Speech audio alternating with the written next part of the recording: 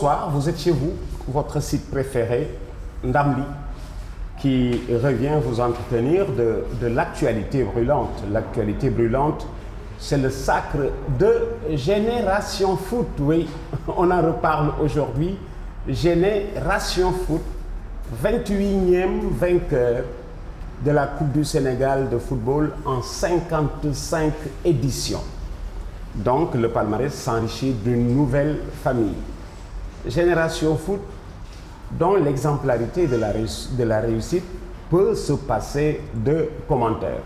En d'autres termes, avec la victoire de Génération Foot, tout le monde a envie aujourd'hui de revenir à la case départ.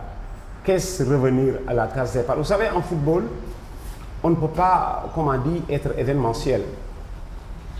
Avancer, comme on dit aujourd'hui, lundi, vous ne savez pas demain ce qui va se passer mardi.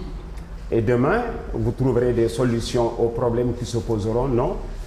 Maintenant, tout est programmé sur de longues semaines, peut-être sur de longs mois et peut-être sur une saison.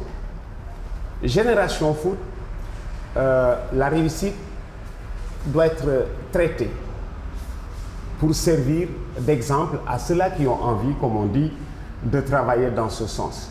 Je disais à quelqu'un, l'exemple de Génération Foot est si incisif qu'il est bon peut-être de rappeler que c'est la deuxième fois en 55 ans de football, la deuxième fois qu'une équipe de 3e division gagne la Coupe du Sénégal de football. Oui, ça peut paraître surprenant. Génération Foot n'est pas encore en 2e division. Génération Foot a gagné le championnat de la 3e division pour accéder en 2e division. Et c'est l'année de son accession en 2e division qui est ainsi colorée d'une Coupe du Sénégal de football. Mais où donc sont-ils passés? Où donc sont-ils passés? Ce ne sont pas les préférés des rois du football ou des dieux du football. C'est parce qu'il n'y en a pas. Il n'y a pas de dieu ou de roi du football. Il n'y a que le travail qui paye. Évidemment, les centres de formation que sont Djambar, que sont Dakar Sacré-Cœur et aujourd'hui Génération Foot sont des exemples du moment. Peut-être pas encore d'exemples absolus, mais ce sont des exemples du moment. Vous êtes dans un centre de formation, donc vous consacrez beaucoup plus de temps au football. Et ceci de la manière la plus efficace possible depuis l'effectif réduit. Tenez, dans un centre de formation, vous avez la possibilité de donner, à chaque garçon un ballon de football. Un ballon de football. C'est l'outil numéro 1 du footballeur. Le football commence par le ballon. C'est ensuite le terrain. Et les outils principaux des footballeurs ou du football sont à leur portée. L'outil numéro 1, c'est le football, c'est le ballon. L'outil numéro 2, c'est le terrain. Et tout est en place. Et des terrains de qualité. S'y ajoutent les autres accessoires, ce qu'il faut pour aller à l'entraînement. Tout est à leur disposition. En un mot, ils sont dans une école de football. Quand on dit centre de formation, ça peut paraître un tout petit peu écorché, mais moi je reviens encore derrière pour vous dire qu'ils sont dans une école de football. Ce sont des footballeurs qui viennent de naître et qui grandissent et qui, très tôt, vont épouser les bonnes habitudes du professionnel et les exigences du professionnalisme. Et voilà comment les centres de formation, très rapidement, ont gravi des échelons. J'ai parlé tout à l'heure de Djamba, autre exemple qui se passe de commentaire, qui avait mis d'accord tout le monde sur la qualité de son jeu. Il y a eu, après Djamba, Dakar Sacré-Cœur, qui cette année s'est arrêté en demi-finale de Coupe de la Ligue, et c'était à Ziguinchor. Et voilà comment j'ai été amené l'autre soir à glisser dans l'oreille de quelqu'un la possibilité de tendre vers des matchs en Coupe de la Ligue en aller et retour pour permettre à tout le monde d'aller à l'essentiel. Parce que vous savez, dans un championnat de football, ou simplement dans un horizon du football, où les victoires en déplacement sont de plus en plus rares, si vous programmez un match de coupe chez l'un des deux adversaires, vous avez programmé la victoire ou la défaite. Et comme la Coupe de la Ligue ne réunit que 28 équipes, la Coupe de la Ligue ne réunit que 28 équipes, les 14 de la première division, les 14 de la deuxième division. Si vous gagnez 4 matchs, vous êtes déjà en demi-finale. Je crois que organiser les demi-finales en aller et retour entre Dakar et Ziguinchor, certainement si Dakar Sacré-Cœur avait à jouer un match retour de Coupe de la Ligue à Dakar, ses chances d'accéder en finale seraient peut-être beaucoup plus larges. Je glisse cela dans l'oreille des décideurs pour tendre vers des matchs à manche, aller et retour en Coupe de la Ligue pour donner beaucoup plus de chance à tout le monde. C'est vrai qu'en Coupe du Sénégal, il y a beaucoup plus de monde.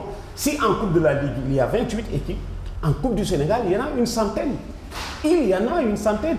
Il y a des préliminaires qui se jouent dans le dos des observateurs. Quand ces préliminaires sont programmés, vous n'êtes peut-être pas au courant, mais il y a une centaine d'équipes qui s'engagent. Et voilà comment, si en Coupe de la Ligue, après 4 victoires, vous êtes en finale, le plus gros du temps, en Coupe du Sénégal, il vous faudra gagner un tout petit peu plus de 6 matchs, ou 6 matchs, pour accéder en finale. Alors, j'en étais au centre de formation, après Djambar, Dakar Sacré-Cœur, aujourd'hui, Génération Foot. Évidemment, tout le monde ne peut pas être doté de centres de formation. Tous les centres de formation dont on parle, que vous voyez, ont des partenaires sous d'autres cieux. Tous ces centres de formation ne sont pas la trouvaille de Sénégalais. Ils ont des partenaires. Les Sénégalais donnent souvent d'ailleurs l'impression d'être les bras de ces gros bonnets qui vivent sous d'autres cieux. Alors, je dis, tout le monde ne peut pas être doté de centres de formation, mais les équipes traditionnelles peuvent tendre vers ce style. Les équipes traditionnelles peuvent tendre vers ce style. Tout le monde ne peut pas être doté de centres de formation, mais tout le monde peut se rapprocher de ce qui se fait de mieux dans ces centres de formation. Comment ils vivent, comment ils s'entraînent, comment sont-ils lotis, qui est derrière. Et vous avez fini peut-être, comme on dit, de vous rapprocher de ce qui se fait de mieux au Sénégal. Parce qu'aujourd'hui, ce qui se fait de mieux, ce sont les centres de formation. N'allez pas chercher très loin. C'est tellement vrai que ce sont des équipes souvent qui se sont réalisées avec des sans-grades. Qui connaissait le jeune Ismaïla Sarr de Génération Foot? Personne. Personne. Le plus gros du temps, vous pouvez tomber sur un garçon que le centre est allé cueillir ailleurs. Donc, c'est un garçon qui s'est fait un nom avant d'entrer dans ce centre. Mais aujourd'hui, que les centres révèlent des sans-grades, alors cela veut dire qu'il y a eu quelque chose de fait. Ils les prennent très tôt, ils grandissent dans ce centre. Ismaïla Sarr, personne ne le connaissait. Il est pensionnaire de la 3e division et on le couvre, comme on dit, de tous les lauriers, de toutes les fleurs. Paraît-il que c'est un joyau, le regardez jouer, mais tant mieux, nous lui souhaitons de bien grandir et peut-être d'aller plus loin que son père. Nargad, son père, a joué à la Linguère des années 80. Son père a été international, Abdoulaye Nargad. Alors, digne fils de son père, Ismaïla Sarr, nous lui souhaitons d'aller beaucoup plus loin. Alors, c'est une victoire qui éclaire les horizons futurs, la victoire de Génération Foot. C'est une victoire qui éclaire les générations futures, qui ouvre la voie, qui montre ce qu'il y a lieu de faire. Parce que le talent ne suffit plus. Ça ne suffit plus.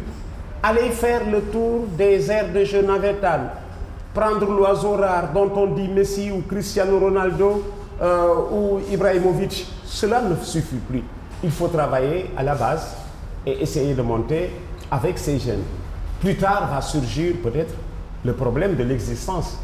Alors, si les centres de formation sont bons pour, comme on dit, regarder naître le footballeur, eh bien, plus loin, vous vous rendrez compte qu'ils vont aussi perdre des joueurs.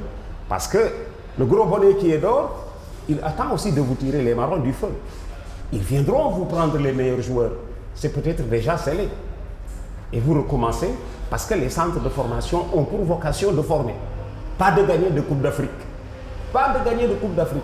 De former. Ce sont des équipes de centres de formation. Ce sont des footballeurs de centres de formation. Ils iront s'épanouir ailleurs quand on aura fini de trouver qu'ils sont bons.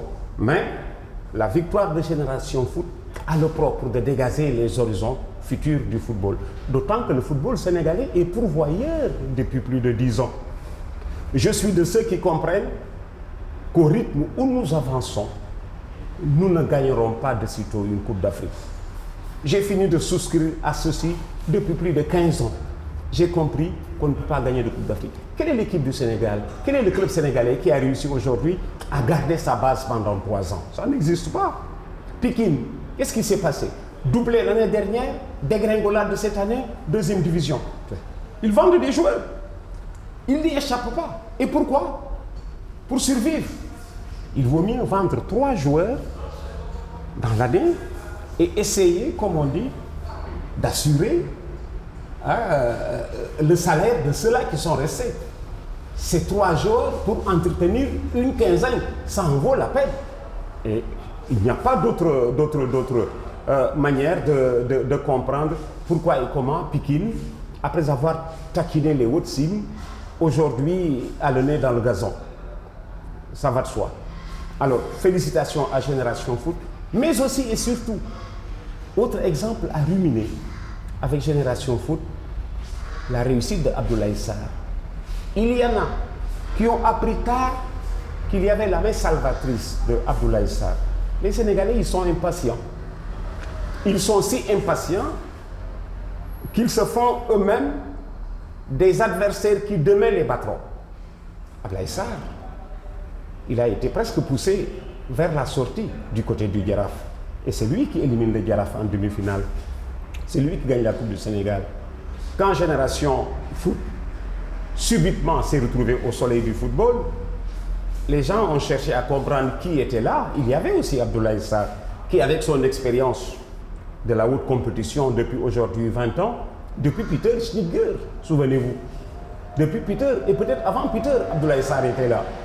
Moi, j'ai fait un Cabral avec Abdoulaye Sarr il y a 20 ans, à Praia. Tenez, aujourd'hui, les Pape Bouba Diop, Pape Bouba Diop et l'autre dont le nom m'échappe. Je le revois, le garçon longiligne qui était professionnel, qui est rentré au Jaraaf et qui était l'auteur de nos 2 buts contre le Zimbabwe. Bon, ça passe. Pape Bouba et lui sont arrivés ensemble en équipe nationale. L'équipe locale, c'était à Praia il y a 20 ans. Abdoulaye Sarr était là, il les avait au biberon. Aujourd'hui, ils sont passés à la retraite. Abdoulaye Sarr a pris ceux qui ont l'âge des fils de ces footballeurs d'il y a 20 ans. Tellement vrai que son adversaire de la finale, lui, il l'a eu aussi en équipe nationale. Alors, comme entraîneur. Alors, vous voyez comment ça se passe. Et je crois finalement qu'à force de travail, on y arrivera un jour. Évidemment, il y a ceci. Malgré la qualité du jeu, malgré les promesses, comme on dit, des fleurs, n'attendez pas mon réveil de ces footballeurs pour gagner un jour la Coupe d'Afrique. Parce que les Sénégalais qui gagneront un jour quelque chose pour le Sénégal, le feront en équipe nationale. Parce que cela, ils partent. Le Sénégal est pourvoyeur. Même le Brésil n'y est pas échappé. Le Brésil aussi est pourvoyeur. C'est le football le plus tiré au monde, le Brésil.